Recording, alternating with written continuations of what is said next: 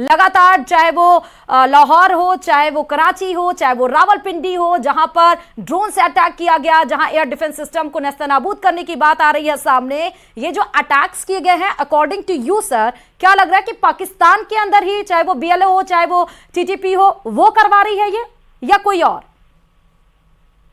देखिए, ये मेरे असेसमेंट के मुताबिक ये जो खबरें आ रही हैं, ये पाकिस्तान का खुद का कराया हुआ फॉल्स फ्लैग जो ऑपरेशन है उसके तहत ये हो सकता है। ये पाकिस्तान का प्रोपेगेंडा का पार्ट दिखाई देता है।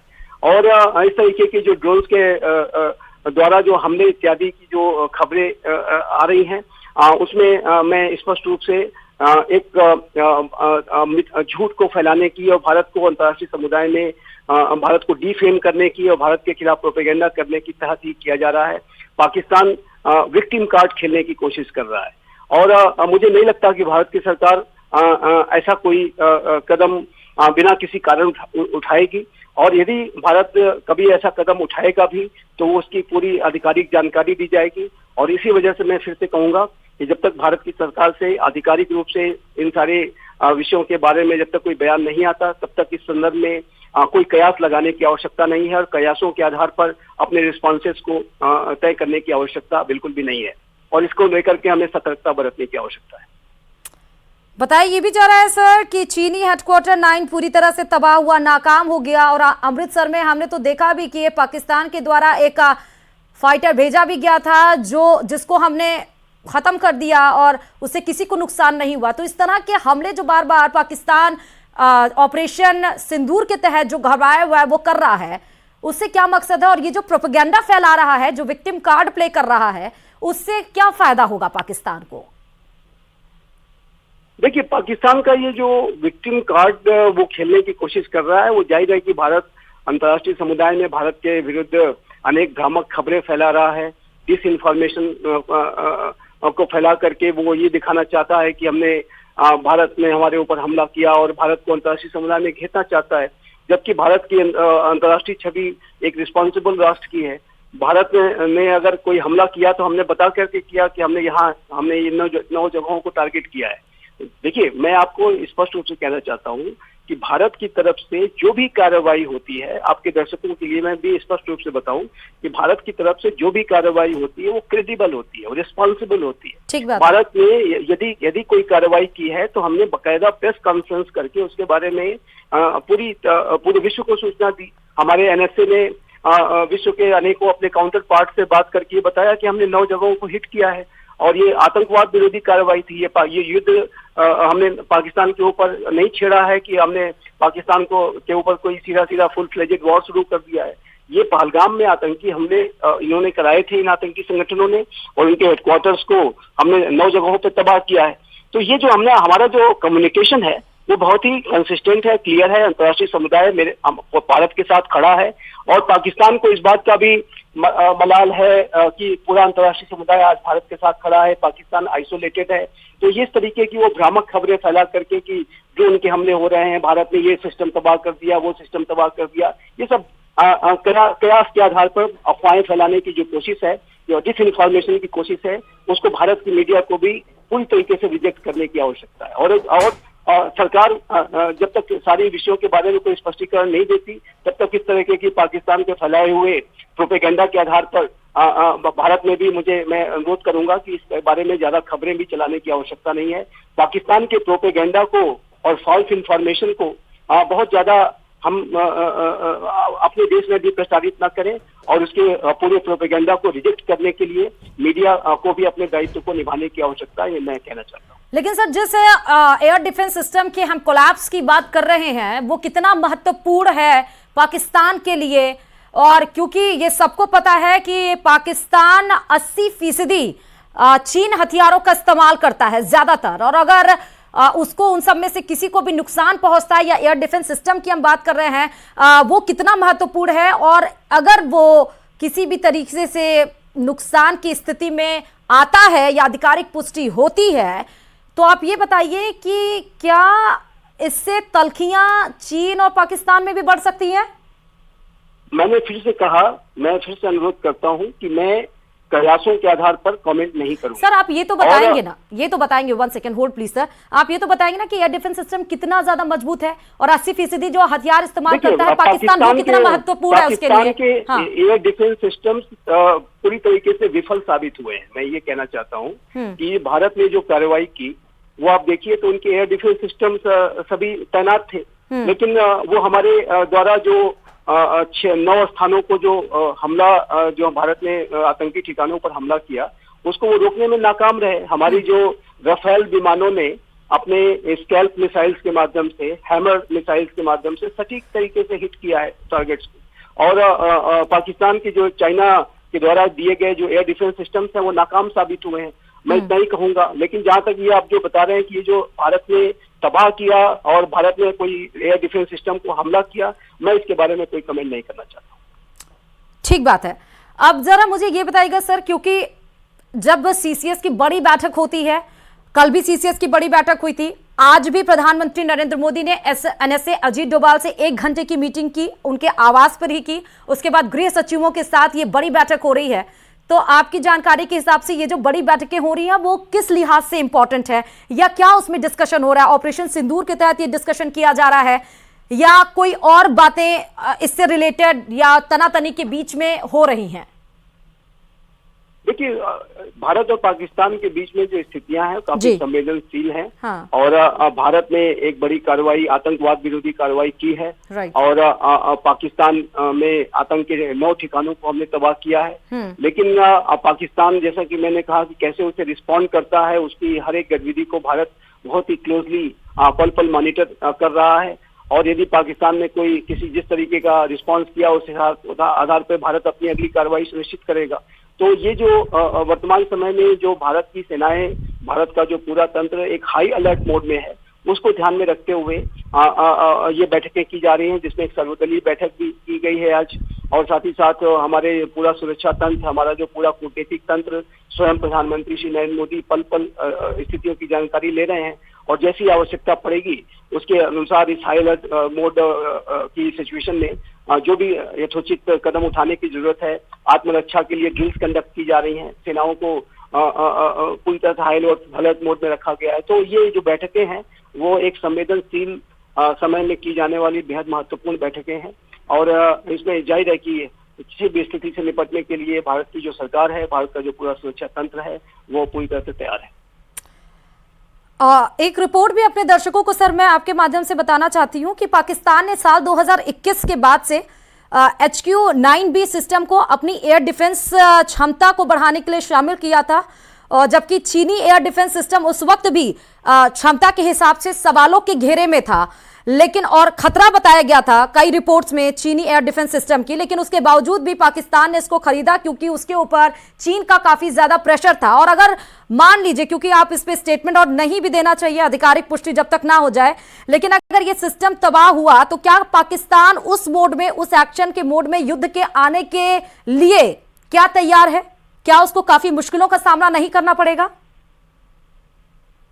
नहीं, देखिए, एयर डिफेंस सिस्टम्स की भूमिका किसी भी राष्ट्र के लिए होती है। राइट। भारत के एयर डिफेंस सिस्टम्स भारत की रक्षा के लिए आवश्यक हैं। चाइना के द्वारा यदि एयर डिफेंस सिस्टम दिया गया है तो जाहिर है कि पाकिस्तान के लिए वो कारगर साबित नहीं हुए हैं, ये बात तो बहुत स्पष्ट है। लेकिन ये जो एयर डिफेंस सिस्टम्स के ऊपर किसी तरीके का कोई भारत ने कोई किसी तरीके का ऑपरेशन किया है, ये जाहिर है कि ये एक फेक इन्फॉर्मेशन हो सकती है, डिसइन्फॉर्मेशन हो सकती है।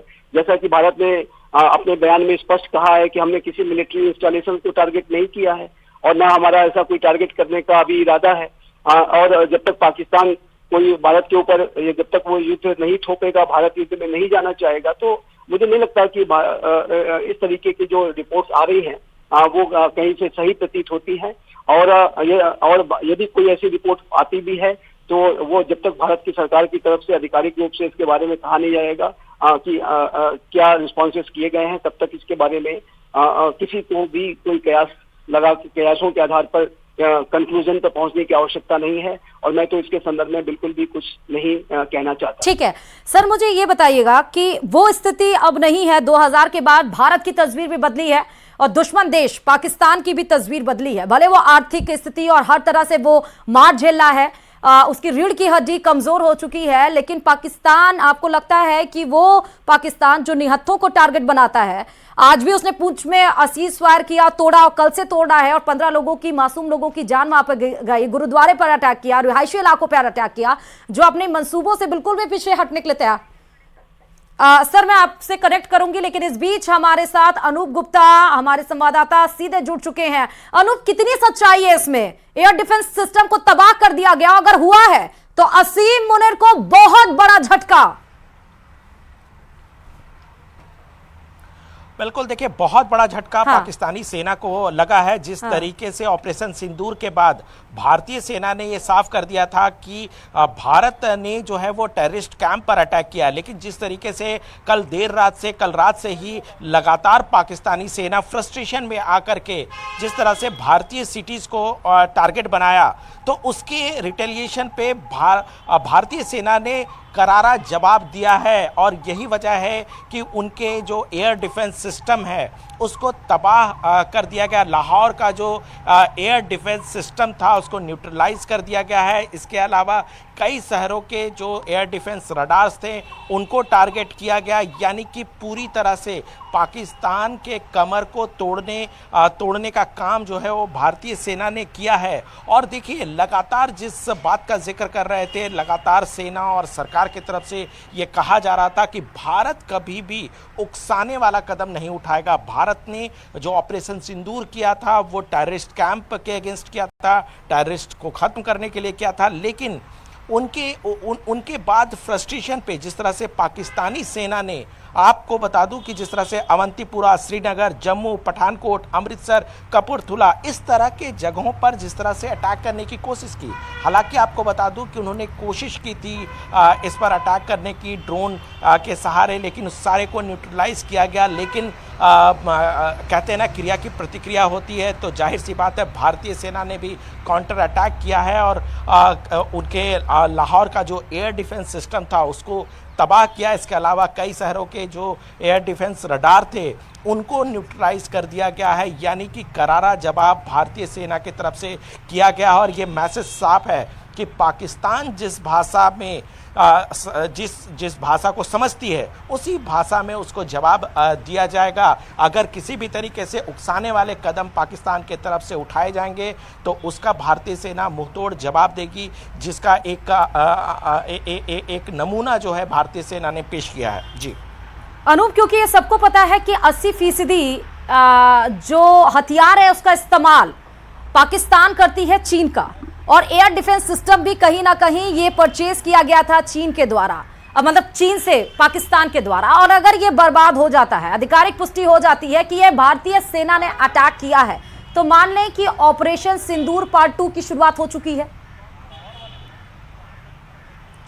देखिए, ऑपरेशन सिंदूर जारी है। देखिए, आज रक्षा मंत्री सर्वदलीय बैठक में वो कह चुके हैं कि ऑपरेशन सिंदूर खत्म नहीं है, ऑनगोइंग प्रोसेस है। जहां तक आप चाइना के डिफेंस सिस्टम की बात कर रहे हैं, तो चाइना पाकिस्तान को क्या सेल कर रहा है ये भी सबसे इंपॉर्टेंट चीज़ है, क्योंकि वो भी चुराए हुए टेक्नोलॉजी का इस्तेमाल करके जो बनाया हुआ सामान होता है, डिफेंस इक्विपमेंट होता है, वो पाकिस्तान को सप्लाई करता है। तो जाहिर सी बात है कि अगर इस तरह के डिफेंस सिस्टम या इस तरह के इक्विपमेंट अगर पाकिस्तान को, जिसको कह सकते हैं कि डेब्रिज है, वो एक तरह से कूड़ा का जो सामान है वो पाकिस्तान को दे देता है उनको मन को बहलाने के लिए। तो अगर मन को बहलाने के लिए अगर चाइना इस तरह का इक्विपमेंट देगी तो फिर उसका हश्र जो है भारतीय सेना उसी तरह से करेगी जो दिख रहा है। आप सोच सकते हैं कि उनका पूरा एयर डिफेंस सिस्टम, जो लाहौर का एयर डिफेंस सिस्टम है, वो अगर तबाह हो जाए, वो न्यूट्रलाइज हो जाए, तो बिल्कुल उनके हाथ पांव सब हमने तोड़ के रख दिया। अनूप, बहुत अहम जानकारी आप दे रहे हैं, लेकिन इस बीच हमारे साथ एनके सूर रॉ ऑफिसर जुड़ चुके हैं और उनसे ही हम जान लेते हैं कि जो पाकिस्तान का एयर डिफेंस सिस्टम एक्सप्लॉइट हुआ है,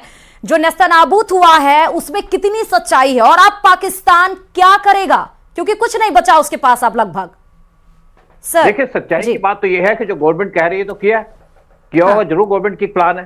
देखिए, अगर हमने पाकिस्तान को डिफीट करना है तो सबसे इंपॉर्टेंट चीज है एक फर्स्ट स्ट्राइक, यानी कि पाकिस्तान की जो डिफेंस सिस्टम है उसको डिस्ट्रॉय करो। इंडिया की कैपेबिलिटी है। आप देखिए, इंडिया ने 24-25 मिसाइल भेजे पाकिस्तान के अंदर, एक भी मिसाइल को पाकिस्तान रोक नहीं पाया। इसका मतलब उनके मिसाइल सिस्टम फेल है। और इंडिया ने जो एक स्ट्राइक की है, देखिए इंडिया और ज्यादा स्ट्राइक करेगा, इंडिया ने पहले कहा था भाई हम ठीक है, हमने अभी तो कोई स्ट्राइक नहीं किया, हमने सिर्फ इनके जो ठिकाने उन पे अटैक किया, लेकिन हमने कोई एफिडेविट तो नहीं दिया था ना पाकिस्तान को कि हम इनके मिलिट्री इंस्टॉलेशन पे अटैक नहीं करेंगे। जब पाकिस्तान ने हमारे सिविलियन जगह पे अटैक किया तो हमारी राइट बनती है उसको रिटेलिएट करने की, और इंडिया रिटेलिएट करेगा। और सबसे अच्छा तरीका रिटेलिएट करने का है कि पाकिस्तान के जितने डिफेंस सिस्टम है, अवाक्स है, उनको डिस्ट्रॉय कर दिया जाए, तो पाकिस्तान के हाथ से हथियार निकल जाएगा मेन। यानी कि उसके बाद हथियार तो होगा, तलवार तो होगी लेकिन ढाल नहीं होगी, और वो पाकिस्तान लड़ नहीं पाएगा इंडिया के साथ। और हमारे एक्सपर्ट्स ये मानते हैं कि पाकिस्तान को डिस्ट्रॉय करना है तो सबसे इंपॉर्टेंट चीज है कि पाकिस्तान के डिफेंस सिस्टम को टारगेट करो, और इंडिया ने करके दिखा दिया। देखिए ये जो लड़ाई है पाकिस्तान के साथ, ये सिर्फ इनके टेररिस्ट कैंप पे अटैक करके खत्म नहीं होगी, ये लड़ाई लंबी चलेगी। बहुत से इश्यूज हैं जो हमने पाकिस्तान के साथ सुलझाने हैं, बहुत से पुराने इश्यूज हैं जिनका हिसाब लेना हमने पाकिस्तान से, और हिसाब लेंगे, गिन गिन के लेंगे। पाकिस्तान जो एक हमको मारा उसके 4 मारेंगे पाकिस्तान को, तभी हमको शांति मिलेगी। देखिए सांप का सिर कुचलना पड़ेगा और बिल्कुल पाकिस्तान को खत्म करना पड़ेगा, तभी इंडिया सरवाइव कर पाएगा। नहीं तो यहाँ पे ये अटैक चलते रहेंगे फ्यूचर के अंदर भी।